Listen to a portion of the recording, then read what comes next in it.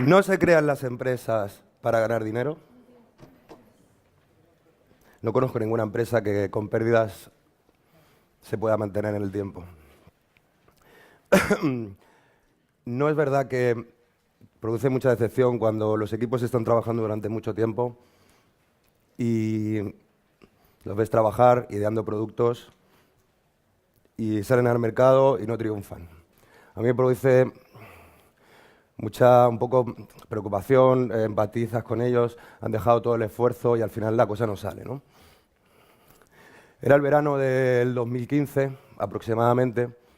Yo andaba por aquella época, llevaba varios años trabajando con equipos. Nos habíamos centrado mucho en la implantación de Scrum, en los equipos, en cómo producir, en cómo hacer los productos, pero la forma, no el qué hacíamos, ¿no? Entonces yo me di cuenta que si a Scrum le introduces basura, lo que sale es basura. Más rápido, pero basura. Entonces, también el tipo de empresas que estábamos trabajando, me fijé un poco cómo estaban funcionando, cómo funcionaban, cómo designaban los budgets, cómo hacían los portfolios, a final de año, esos portfolios enormes que se ideaban en una mañana, con miles no, pero cientos de proyectos, y que luego además hacían que se comprometieran los equipos a esos proyectos. Tenemos que acabar porque me he comprometido con dirección de que estos proyectos tenemos que acabarlos. Al final de año se vanagloriaban diciendo, hemos acabado 200 proyectos. Y pensando un poco cómo podíamos cambiar esto desde el punto de vista ágil, cómo podíamos intentar que no fuera de esta manera, porque yo veía que esto realmente no llevaba a ningún lado y que llevaba poco valor, empecé a pensar cómo podríamos cambiar desde un punto de vista del portfolio esta situación, ¿no? Así llegué a la conclusión de que había tres grandes focos donde podríamos darnos un poco, tres grandes focos donde podríamos estar un poco más centrados, que es la parte del qué necesitamos meter en este portfolio, cómo lo vamos a organizar y cómo lo vamos a inspeccionar. Pensando qué tipo de cosas introducíamos en el portfolio, me di cuenta de lo que había diferentes tipos, proyectos, informes, etc. Al final decidimos resumirlo en una cosa que se llama una iniciativa de portfolio. ¿Bien? ¿Qué es una iniciativa? Para mí, una iniciativa puede venir de diferentes tipos, de diferentes stakeholders. En las empresas normalmente hay muchos stakeholders dentro de las empresas y tienen diferentes tipos de iniciativas. Para mí, una iniciativa puede ser desde un equipo que ha hecho una funcionalidad disruptiva que quiere que se acabe desarrollando, puede ser una funcionalidad incremental, puede ser un informe, puede ser errores, puede ser solucionador de errores, puede ser muchísimas cosas. Pero al final se compone dentro de una iniciativa. Pensar en iniciativas me empezó a pensar qué tipos de características o qué tipo de propiedades deberían tener esas iniciativas para poder, de alguna manera, evaluarlas y para poder, de alguna manera, darle sentido a esas iniciativas, ¿no? Y llegué a una especie de conclusión, o he ido llegando a una especie de conclusión, pero que no quiere decir que sea la conclusión. Eso es una conclusión dentro de un contexto determinado para un determinado problema, ¿no? Entonces, lo que detecté es que las iniciativas tenían que tener una parte que lo que sería descriptiva, es decir, todas las iniciativas deberían tener una parte descriptiva de qué es lo que necesitamos hacer, un título, una descripción. Me he encontrado a veces que a veces hay que hacer esto porque sí y no tenemos ni idea de lo que tenemos que hacer. No muy grande, o sea, básicamente cuando alguien tiene una iniciativa y la ha trabajado un poco, sí que podemos ver hacia dónde va orientada esa iniciativa, ¿no? Pues título y descripción. El tamaño de la iniciativa. El tamaño de la iniciativa para mí y el tipo de iniciativa es importante. El tipo no tanto, así porque realmente no da tanta información, pero sí que a posteriori sí que nos va bien saber el tipo de iniciativa que tenemos, porque seguramente podemos explotar esos datos y a través de la explotación de datos podamos trabajar la mejora continua. Según que sea un tipo de iniciativa, estamos teniendo problemas o estamos teniendo más de alguna manera, algún tipo de mejora sobre ellas, podemos tener podemos tenerlo identificado, ¿vale? Okay. Entonces, luego también lo que tenemos es el tamaño de las iniciativas, ¿no? El tamaño de las iniciativas es importante, pero relativamente. Aquí muchas veces lo que hablamos es un poco de los tamaños. Aquí se ven como lo de las llaves, el tamaño del 1, el tamaño del 2, el tamaño del 3. Es decir, cuán grande va a ser esta iniciativa. ¿Va a ser una iniciativa pequeña? ¿Va a ser una iniciativa que va a durar mucho tiempo? Es decir, aquí sí que hablamos un poco del tema de que una iniciativa debería tener una especie de tamaño relativo para saber más o menos un poco por dónde van los tiros de esa iniciativa. También me di cuenta que es importante saber de quién viene la iniciativa para conocer a la persona con la cual vamos a trabajar o con las personas que estamos ya trabajando para saber a quién vamos a poder trabajar, con quién vamos a poder trabajar esa iniciativa, ¿no? El famoso stakeholder, ¿no? Luego, hay otra propiedad que es importante para mí, de que tienen que tener las iniciativas, que es el deadline. ¿Vale? Que habrá mucha gente deadline, ¿cómo puede ser que tengamos deadline? Pero cuando me refiero a deadline, me refiero por una parte a dead, que es muerte, line, que es línea de muerte. Es decir, cuando cruzas la línea, estás muerto y eso es importante a la hora de tener las iniciativas. Saber si tenemos lo que sería el coste de oportunidad. Por ejemplo, si queremos hacer una campaña del Black Friday, si la hacemos el sábado, después no tiene sentido. Esa iniciativa tiene mucho valor antes de que llegue el Black Friday, pero después no tiene ningún tipo de valor. Entonces, saber saber la fecha, si tiene un deadline, el coste de oportunidad, para mí es importante a la hora de presentar una iniciativa para poderla desarrollar en un portfolio. Por otro lado, otra cosa que también es interesante para mí es el definition of ready de las iniciativas. ¿Vale? Así como una historia de usuario que habla a las personas que tienen un definition ready, el definition ready de una iniciativa es importante a la hora de saber si la podemos hacer o no la podemos hacer. Por ejemplo, si tengo dependencias con otras iniciativas, para mí es un definition of ready. Si no tengo una cosa hecha, no puedo hacer la siguiente. La segunda parte que podría ser dentro de las iniciativas es, por ejemplo, haber hablado con un departamento legal. Yo me acuerdo de haber hecho una feature súper guapa y cuando fuimos a poner la producción nos dijo legal, pero es que estáis incumpliendo todos los problemas de toda la LOPD. Y fuera, la tuvimos que tirar. Y habíamos invertido un montón de dinero, y un montón de dinero no, pero habíamos invertido una serie de dinero y tiempo en hacer algo que no tenía valor. Entonces, saber despejarlo, el definition of ready de esas iniciativas, para mí es importante. Otra cosa que para mí tienen que tener las iniciativas son cómo vamos a evaluar esas hipótesis. Si yo estoy proponiendo algo que aporte valor económico a la compañía, porque para mí sí que el valor económico es importante al final y luego lo desarrollaré este tema. Si estamos introduciendo una iniciativa, me gustaría saber cómo la voy a evaluar. Si yo, por ejemplo, evalúo, si tengo que evaluar las hipótesis, pues tengo que decir, por ejemplo, pues será exitosa si cumple este tipo de, si tengo tantas visitas. Será exitosa si cumplo tantas ventas. Será exitosa si el feedback del usuario es bueno. Hay muchísimas técnicas, han hablado de muchísimas técnicas en muchísimas charlas de cómo evaluar las hipótesis de las iniciativas o de las features que estamos sacando a producción. Pero para mí es un dato importante a la hora de presentar una iniciativa dentro de un portfolio o de evaluar si se la vamos a llevar adelante o no la vamos a llevar adelante. Y en la última línea, pero para mí la más importante, que es el coste, el valor y la priorización de esa iniciativa. Hemos hablado aquí de tamaño y aquí hablamos de coste. Para mí son cosas diferentes. El tamaño es una cosa, pero el coste es otra. Y os explicaré por qué. Como vemos aquí, muchas veces yo o lo había entendido mal o a veces nos hemos explicado mal en el sentido del coste, solo de tener solo una dimensión en el coste. ¿Cuánto va a tardar un equipo determinado en el cual está asignado a un feature team en hacer un determinado trabajo? Eso es el coste. Pero no, eso es el coste, para mí eso es el tamaño. O una parte del coste, una dimensión del coste. Para mí el coste tiene muchas dimensiones. Y creo que a la hora de priorizar deberíamos tener en cuenta esas dimensiones. Porque al final, si lo que vamos a hacer es invertir dinero, quiero tener un rédito de ese dinero. Entonces, por lo tanto, tengo que saber cuánto dinero me estoy gastando en realidad. Y cuánto dinero quiero sacar de eso. Es básica de inversión. Pero tengo que contabilizar ese tipo de dimensiones. Cada empresa, cada contexto tiene sus propias dimensiones. Yo voy a poner aquí algún ejemplo de algunas dimensiones que he trabajado, pero cada uno en su contexto, cada uno en su empresa puede tener dimensiones totalmente diferentes. Por ejemplo,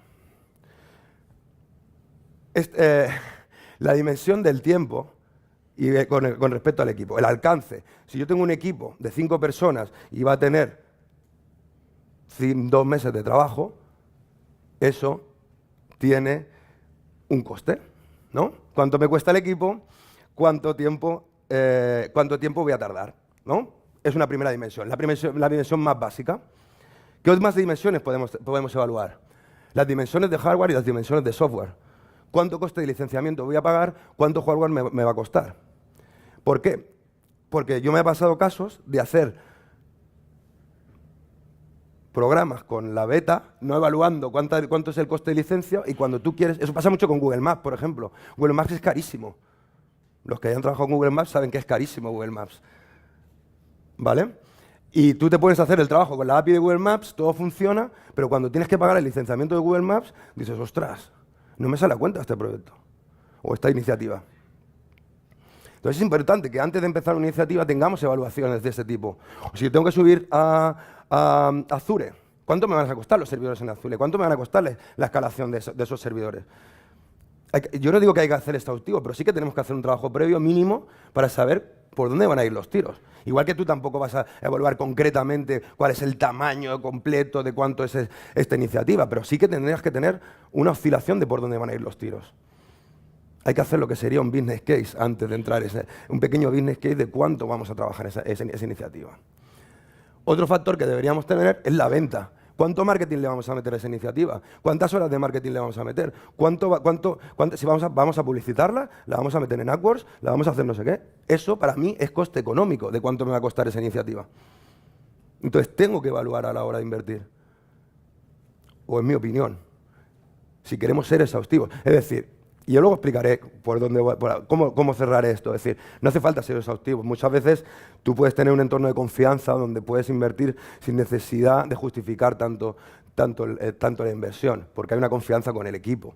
Pero esto va a depender del nivel de empresa que tú estés. No todos los niveles, todas las empresas tienen el mismo nivel de confianza sobre sus empleados y sobre sus equipos. Entonces, normalmente, cuando tú llegas a una empresa, no todo el mundo está en el mundo teal. Normalmente suelen estar en el mundo rojo. Entonces, pasar del mundo rojo al mundo teal, y ahora ¿conocéis el libro de Reinventing Organizations? ¿Sí? Los que levantar la mano, que conocéis el libro. Vale. Hablen un poco, el Reinventing Organizations habla un poco de cuáles son los niveles empresariales o cuáles son los niveles que tiene la empresa y los niveles de madurez en conforme la confianza con sus empleados, cómo son de independientes, cuánto hay control, etc. Normalmente las empresas se suelen mover las tradicionales entre el rojo, amarillo y el naranja. ¿Vale? Entonces, si tú tienes un nivel de confianza bajo y el nivel lila, que es el nivel que seguramente trabaja sin portfolio, seguramente es un nivel en el cual los empleados, y tenemos que tender ahí, que el agilismo quiere tender hacia ahí. Pero hasta llegar ahí tienes que pasar por todos los niveles. Hasta de pasar esos niveles tú necesitas tener confianza. Y la confianza se va ganando a través del tiempo. Entonces, este modelo que os estoy presentando es para empresas de nivel rojo, amarillo o naranja, no para empresas de nivel lila. Pero es que lamentablemente un banco o una empresa de 5.000 empleados cuesta hacer una transformación del mindset. Entonces, volviendo al tema y haciendo este pequeño scope para que todo el mundo entienda dónde estamos en contexto y por qué es este contexto y por qué estoy explicando esto, habría que añadir también el tema de los gastos de marketing. Son gastos de venta también. Al final son gastos que nosotros tenemos que tener en cuenta a la hora de lanzar una iniciativa, por lo tanto a la hora de ponerle priorización. Otro elemento que me estoy encontrando y que también me gusta poner mucho es la calidad, el coste de calidad. El coste de calidad, para mí, si nosotros trabajamos ya con equipos que son asignados a Features Team, que están siempre trabajando sobre lo mismo, al final el coste de calidad es cuando tu equipo gasta mucho tiempo en resolver incidencias. Cuando tu equipo gasta mucho tiempo en resolver incidencias, eso, si vas analizando cuánto tiempo vas tardando, al final tu equipo sabes que tiene un ratio de fallo de tanto dinero. ¿Ok? Pues para mí eso es importante. Y también, si es diferente, si un equipo está trabajando con prácticas de Steam Programming, con testing, etc., seguramente su calidad es muchísimo mayor, por lo tanto, mi coste, lo que cuesta producir una iniciativa en ese equipo es muchísimo menor. ¿Vale? ¿Qué nos da esto? Coste igual a desarrollo de producto más venta más mantenimiento. Ahí tenemos un valor económico de cuánto nos cuesta a nivel de coste una iniciativa. Esto es un tipo para un tipo de contexto para tu empresa. Quizá en tu empresa tienes otro tipo de costes. Y quizá aquí seguramente se me olviden costes, porque no podríamos estar hablando de todos los costes que pueden asociados. Lo que quiero transmitir es que a nivel económico sí que tenemos que evaluar este tipo de costes. A nivel del valor, exactamente lo mismo. Las dimensiones del valor. ¿Cuántas dimensiones tiene el valor?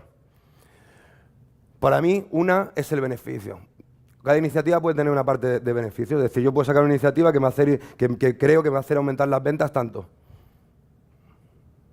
Al final, podemos evaluar cuánto pueda. Luego puede estar correcto o no puede estar acertado o no puede estar acertado. Puedo tener una iniciativa en la cual me haga ahorrar eficiencia. Si yo tengo una empresa en la cual mi sistema de envío de facturas automáticos no funciona y tengo cada vez que llega al final del trimestre, están todas las empresas llamándome, no me van las facturas, tengo una persona enviando las facturas a mano, eso tiene un coste. Entonces, si hago una feature, es una feature de eficiencia. Las personas, las necesidades de las personas, otra dimensión. Muchas veces hablamos solo de la dimensión de las necesidades. ¿Qué necesita el usuario? Está claro que necesita el usuario y eso es importantísimo. Pero es difícil de cuantificar si solo hago una necesidad. Económicamente, ¿cuánto me va a repercutir esa necesidad? Engagement seguro, porque lo voy a tener contento y va a volver a mí y eso me va a generar dinero, me va a generar recurrencia, pero tú no puedes calcular la recurrencia, puedes calcular cuánto se me van. Es difícil calcular la recurrencia, o por lo menos yo no sé calcular la recurrencia, o no sé calcular este tipo de horas. Las necesidades es importante, la felicidad de su usuario es importante, qué es lo que necesita. Por lo tanto, es otra dimensión en la cual sí que tenemos que trabajar. Muchas veces yo solo escucho hablar de las necesidades del usuario, pero yo, por ejemplo, el otro día me pasó una cosa. El otro día perdí el vuelo, y viajo bastante, perdí el vuelo por 3 minutos y me molaría que muchas veces cuando las compañías aéreas llegan 25 minutos tarde, que no es mucho, pero son 25 minutos, es más que 3 minutos, me gustaría que ese día se me compensara, ¿no? O sea, si yo he llegado 3 minutos y he tenido que pagar un billete entero, ¿por qué cuando yo tengo 25 minutos tarde yo no recibo nada? Pues me gustaría que la compañía me lo calculara y dijera, oye, vas en beneficio, tranquilo, este vuelo te lo regalo. Es una necesidad que yo tengo, mola un montón, pero seguramente de beneficio da poco para la compañía. Igual si vamos sobrados, pero igual lo podemos hacer, porque voy a enganchar un montón de gente. Entonces, ¿es una necesidad de usuario? Sí. A lo mejor no es mi necesidad de usuario, es un tipo de usuario que soy yo, pero que podría haber otro tipo de necesidad.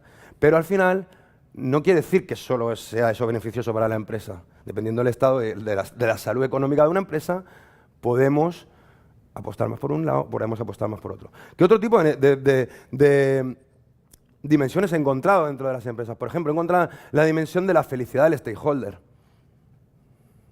Por ejemplo, si yo tengo un stakeholder que ha presentado 50 iniciativas para hacer y no le hago ninguna, seguramente no esté muy contento. Pero si yo tengo otro stakeholder que ha presentado 3 y hemos hecho 2, seguramente está súper contento. Entonces, a la hora de tomar una determinación, ya sé que debería ser lo ideal, pero eso es lo que pasa en las empresas. Hay un montón de stakeholders que vienen, te tocan las narices, te revolotean todo esto, empiezas a trabajar y empiezas al final. Todo lo que tú estás intentando cambiar, te lo acaban boicoteando porque los tienes descontentos y acaban bombardeándote dentro de la empresa y acabas teniendo peleas o de intentar resolver conflictos porque no tienes contento. Y entonces, ahora veremos que esto está ponderado. O sea, no tiene el mismo peso una necesidad o no tiene el mismo peso un beneficio que la felicidad, claramente. Pero sí que es algo que a mí me gusta tener en cuenta. La tasa de error. Cuando yo presento iniciativas y digo, vamos a ganar tanto dinero o vamos a ganar tan poco dinero, pues muchas veces se lo inventan los stakeholders. Entonces, ¿qué pasa? Que al final, digo, oye, ya te he calado. Ahora la siguiente, este error, la siguiente trabájatelo mejor, porque eso te va a reducir tu iniciativa. Estamos hablando de iniciativas que luego, en el conjunto, tienen muy poco peso este valor. Pero sí que son cosas que yo tengo en cuenta muchas veces. Y, por ejemplo, también los influencers dentro de la empresa. No es lo mismo, y a pesar de que nosotros intentamos promover las estructuras horizontales, si tú estás trabajando en un banco es muy difícil tener una estructura horizontal y son mentalidades antiguas. Si estás trabajando en una empresa grande, son mentalidades antiguas, todavía jerárquicas. Entonces, seguramente el directorio o subdirector de la empresa, si pide un informe, te lo va a tener al día siguiente. ¿Vale? Entonces, hay que también, de alguna manera, qué tal influencia tiene sobre la compañía. Bien, queda esto, otra fórmula, que puede ser otra cosa, ¿vale? Que se traduce, al final, yo lo intento traducir en pasta, porque sí que aprendí una cosa. En el año 2012 me acuerdo de una frase, la primera vez que yo vine, que fue en Cáceres, había un keynote que era Masaka Maeda. En aquella época nosotros no hablábamos de transformaciones, no hablábamos de escalados, hablábamos de intentar hacer Scrum en un equipo, Agile en un equipo, y era lo más maravilloso. Entonces, hubo una pregunta que al final que le dijeron, ¿cómo puedo convencer? Porque era una pregunta muy recurrente, ¿cómo puedo convencer a mi jefe para que me deje trabajar Agile en un equipo, ¿no? Y le dijo, pues hablando de tú a tú con él. O sea, lo que no puedes ir es a decirle, oye, es que vamos a ser todos mucho más felices, porque eso él no lo entiende. Ves con un Excel y le dices, mira, estos son los beneficios económicos que te va a reportar si vamos a hacer una transformación. Entonces, muchas veces hay que intentar hablar con determinadas personas con su mismo lenguaje. Y hasta que la gente cambia el mindset, el lenguaje inicialmente es dinero. Entonces, ¿qué es lo que he presentado aquí? Básicamente, pues los beneficios del año más la ponderación. ¿Qué quiere decir la ponderación? La ponderación quiere decir que si de 1 al 100 es la felicidad de una necesidad, pues si es 100, tiene una conversión económica. ¿Y por qué es ponderación? Porque si este año la estrategia de mi empresa es generar engagement, esa ponderación puede incrementar. Por lo tanto, tiene más peso las iniciativas que satisfacen al usuario que las iniciativas que generan beneficio. Pero si el año que viene la empresa económicamente no va bien, pues seguramente la ponderación puede bajar. Entonces, para mí es importante el tema de la ponderación. ¿Qué le quitamos? La felicidad. Es decir, si estoy muy contento, pues te lo quito un poco, porque claro, ya estás contento, estás saciado, tienes el estómago lleno. Y tasa de error. Eso, la tasa de error, es decir, básicamente las iniciativas que me has presentado no las has trabajado, entonces tengo mucha duda de que si lo que me estás presentando realmente tiene el valor real sobre lo que nosotros necesitamos. Y por influencia. Influencia básicamente es decir, sumarle un poquito por si tiene un alto cargo y esa persona luego es la que nos va a apoyar delante de otras personas para que seguir haciendo nuestra formación y seguir trabajando para poder seguir creciendo y seguir expandiendo más terreno, pues seguramente me gustaría tener un poco más contento a los influencers dentro de mi empresa. ¿Sí? Esto es una ficha absurda de cómo presentar una iniciativa. Un título, una descripción, tipo de iniciativa, tamaño, el coste, valor, sponsor, deadline. Las 4 tonterías que para presentar una iniciativa. Estas iniciativas se pueden haber trabajado perfectamente antes con el equipo. Todo lo que se ha ido hablando de cómo llegar a obtener la necesidad de un cliente se puede trabajar igual. Al final se tiene que recoger en un sitio y si tienes la suerte de tener un equipo totalmente dedicado a trabajar eso, pero no todas las empresas tienen esa suerte.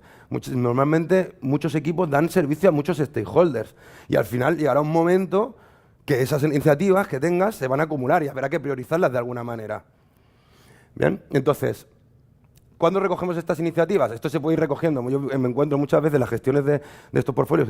En noviembre se ponen a recoger el portfolio, lo hacen en noviembre, diciembre, para presentar en enero y calcular los budgets en enero. Entonces, finalmente, lo ideal es que lo hagamos siempre, cada mes, cada semana, cuando llega, y la vayamos recogiendo, y no esperarnos a diciembre a recoger las iniciativas.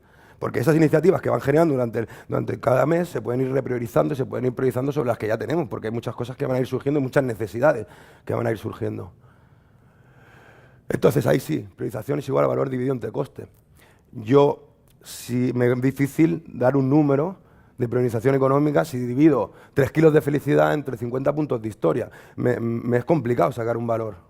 Entonces, al final, necesito ir con un número. Y esto creo que más o menos económicamente nos va a repercutir esto. Organización. ¿Cómo se puede organizar esto y cómo se puede intentar mejorar? ¿Vale? Me gusta bastante el modelo que tiene la gestión de Kanban porque genera toda la parte de Kanban, ¿vale? Podemos evaluar todo lo que son los WIFs, cuánto trabajo tenemos en curso, cómo trabajar la mejora continua sobre la gestión de las iniciativas, cómo de alguna manera podemos ir viendo todo el ciclo, ¿vale? todo el ciclo que tiene las iniciativas y las podemos ir evaluando, pues si tú, depende cómo se trabajen los quarters dentro de la empresa, si trabajas si trabajas por quarters 3, 6, 9, 12, y ir moviendo las iniciativas que vamos trabajando mes a mes, ¿vale? Para ir pudiendo trabajar y pudiendo empezar a trabajar y por ir dando servicio a esas iniciativas. Como veis, esto es un modelo presentado para empresas grandes. Una empresa pequeña o una empresa mediana no necesita este tipo de super tool. Esto es bastante tool, ¿vale? Pero no necesita una empresa pequeña. Pero una empresa que tiene 500 iniciativas porque tienes una empresa de 5.000 personas, de alguna manera tienes que poder dar servicio a esas personas y de alguna manera tienes que poder también gestionar eso y poder intentar hacer mejora continua sobre esos procesos. ¿Vale? Sí que estoy hablando de procesos, pero es que inevitablemente tienes que organizarlo de alguna manera. No puedes ponerlo en un backlog, pero es que hay muchas personas queriendo hacer cosas y no podemos tener, podemos tener departamentos de informática o departamentos de servicio con 1.000 personas, pero intentemos que no sea así. Intentemos que las personas que tenemos hagan lo más importante y lo que más nos interesa para la compañía. ¿Cómo de alguna manera nosotros vamos trabajando a nivel de dinámicas, ¿vale?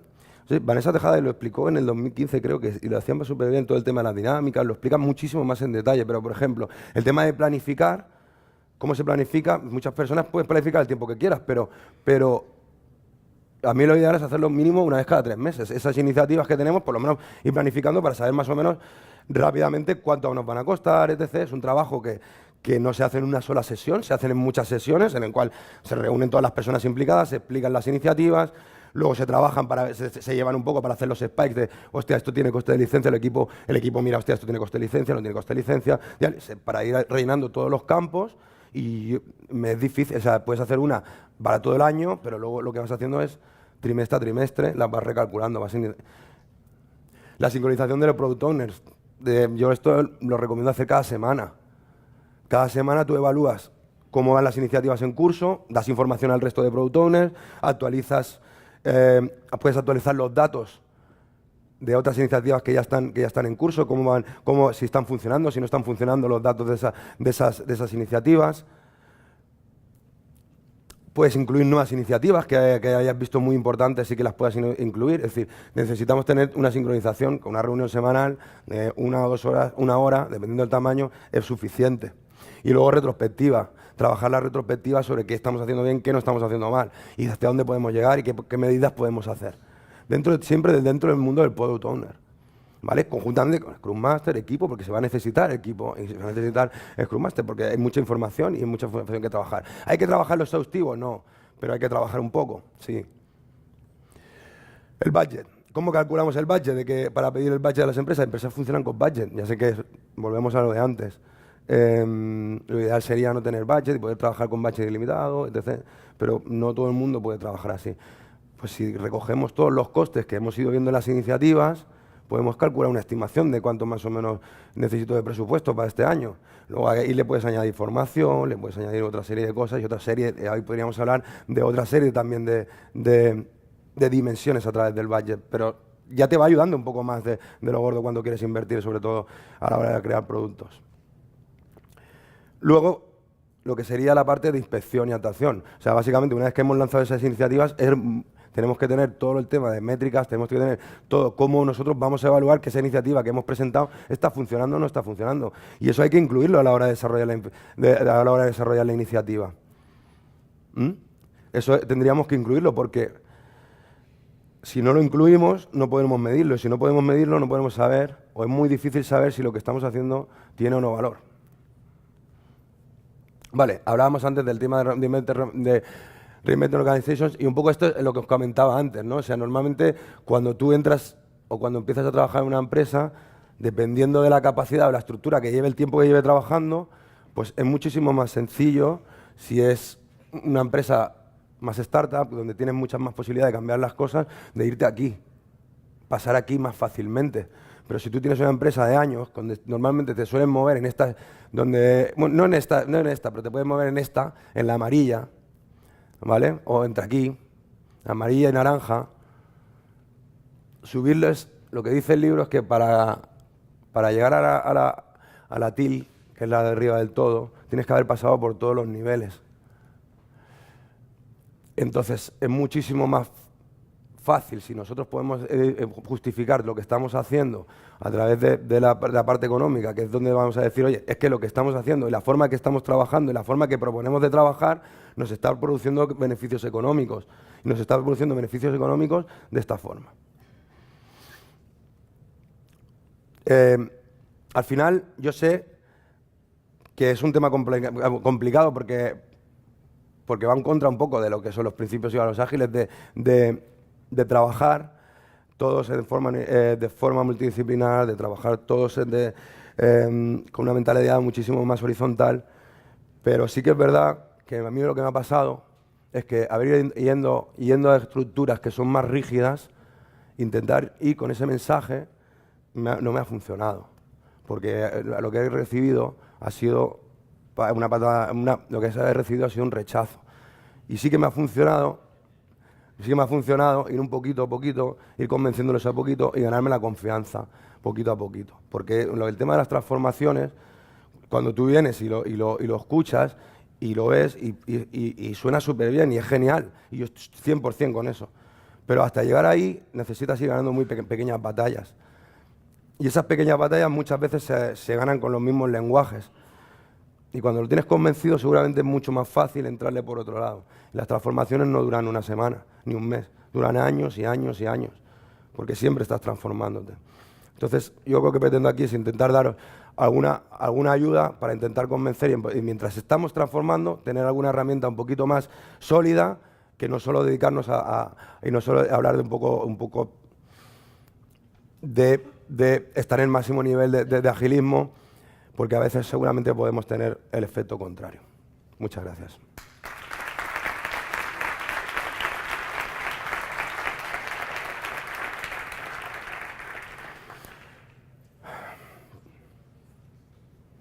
Hola, buenos días. Hola, ¿qué tal? Mira, tengo una pregunta. Sí. No sé si... Bueno, es una pregunta y un reto que tengo yo, personal, ¿vale? Respecto a este tema del valor. Y está relacionado a... ¿Tienes algún modelo o habéis definido algún modelo de cómo se ha ido quemando ese presupuesto que hemos tenido para esa iniciativa en base al valor que vamos aportando? Es decir, hemos desligado lo que es ese quemado del presupuesto o esa facturación del esfuerzo, de las horas. No sé si me explico. No, igual no te estoy entendiendo. Yo igual se te está explicando, pero no te acabo de entender. ¿Podrías repetirlo, por favor? Mi pregunta, mi pregunta es clara. Realmente, nosotros como proveedores, ¿vale? O como empresa proveedora, normalmente facturamos a los clientes por el esfuerzo en horas multiplicado por la tarifa que tiene todos y cada uno de los perfiles que han intervenido en el desarrollo de esa funcionalidad de ese proyecto. El reto es poder facturar a estos clientes por el valor que les estamos aportando, ¿vale? En tu caso, en tu ejemplo, ¿vale? Lo veo que está muy centrado, ¿vale? En un portfolio de proyectos de una empresa interna que no está orientada a un cliente totalmente externo, ¿vale? Entonces, podemos tener un cliente, pero no en el modelo de consultoría en el cual yo te vendo servicios, sino te vendo mi producto a nivel de cliente, eso sí. Entonces mi pregunta iba, si tenéis algún modelo de cómo vais consumiendo ese presupuesto en base al valor que estáis aportando a esa área usuaria, a esa área de negocio. Primero, no hay nada, ningún modelo ni nada, simplemente yo aquí lo que he intentado exponer es un caso en el cual sí que quería intentar transmitir que a la hora de cuantificar el valor y a la hora de cuantificar el coste hay muchas dimensiones en ello y que no solo nos quedemos en una dimensión, y esto es un ejemplo para un caso concreto en un contexto determinado. Pero yo no tengo ningún modelo para consultoría ni nada. O sea, eso yo creo que lo que te invito yo es que si tú en tu contexto explores y hablas un poco la mente, decir cómo podrías llegar ahí, qué te está pasando, qué te está necesitando, qué puede pasar y a partir de ahí pruebes, experimentes y llegues a algún tipo de conclusión. No, la pregunta era si habíais bajado un nivel, es decir, yo tengo una iniciativa, por debajo puedo tener user stories, ¿vale? O future, ¿vale? desgranamos ese valor, ¿vale? Ese valor en todas y cada una de esas futures, ¿vale? En base a una serie de parámetros que pueda haber por debajo o los mismos que has planteado ahí, y el quemado de ese presupuesto que nos han otorgado para llevar a cabo dicha iniciativa lo vamos midiendo en base a... No, esto es más alto nivel. Esto es muy a alto nivel. O sea, esto es básicamente para priorizar estas iniciativas, decir, oye, pues vamos a intentar atacar esta, porque esta iniciativa ahora mismo es la que más valor asociado a la estrategia de la compañía que tenemos, vamos a atacar esta, pues la que más ROI vamos a tener. O sea, vamos a invertir y para obtener el máximo beneficio de valor. Al final el valor puede ser también la necesidad del cliente. Recordaros que no es solo en la pasta, es solo que hay que lo traduzca a la pasta para intentar mandar el mensaje a quien solo escucha pasta. ¿Vale? Es eso el objetivo. O sea, que si tú solo escuchas pasta, tengo que hablarte de pasta. No puedo hablarte con otro lenguaje. Vale. No puedo decir, oye, ponte tú en mi situación, que quiero que entiendas tú cómo yo quiero que tú entiendas. No. Si yo te tengo que convencer a ti, tengo que hablarte como tú hablas. Es eso lo que intento decir. Vale, y la otra pregunta... perdóname. Vale, y la otra pregunta que tengo es que si la influencia la estáis relacionando con lo que es la expectativa. No, la influencia la estoy relacionando con realmente cómo es esa persona influente dentro de la compañía. Es decir, cómo esa persona te puede ayudar para que tu objetivo final, que es transformar, o tu objetivo final es que ir cambiando el mindset de esas personas, ¿vale? Te ayude, porque si la tienes contenta, seguramente la tengas de tu lado. O, por ejemplo, el CEO de la empresa, si es que básicamente es que funcionan así. Viene el CEO y te dicen, que no sé qué. Vale, lo vas a ir parando, lo vas a ir educando, pero seguramente le tengas más en consideración, y eso pasa. Yo te quería contestar, de hecho, a ti para compartir mi experiencia. Sí, ¿quién? No Soy yo. Ah, vale. Perdona, no, estoy muy de acuerdo con todo lo que has comentado, el tema de las dimensiones. Es muy importante entender las dimensiones del coste, del valor y todo. Cuando llegamos al presupuesto, en mi experiencia en Thomson Reuters tú tienes la visión, y es muy importante trabajar con los product owners para entender a nivel de incremento qué es lo que esperas un poco, porque el valor puede ser más en tema de, bueno, nos gustaría más o menos tener este tipo de cosas hechas que más o menos se compara con el gasto o no. Yo he utilizado el tema de incrementos para ver si lo que estábamos gastando está gastándose en lo correcto, y si es necesario o parar o priorizar otra cosa. Utilizamos el mismo tema de tarifa por perfiles, por tal, y entonces vamos viendo el tema de esperábamos gastarnos esto, esto y esto.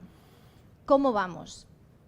Básicamente, es lo que hacemos, pero a nivel de lo que esperábamos entregar. ¿Se corresponde con lo que esperábamos entregar? No, vamos mal. ¿Cuánto nos queda? Y utilizamos al Product Owner para eso. No es un modelo en plan con fórmula. Es más un modelo para eso. Intentamos también que tanto el cliente venga con nosotros y los Product Owners vean si está evolucionando al nivel que ellos esperaban o no. Bueno. No te contesto. ¿Qué hago en la mano? Bueno, luego lo comentamos si quieres, ya está. Es que me están dando el closing de la... Bueno, muchas gracias por asistir.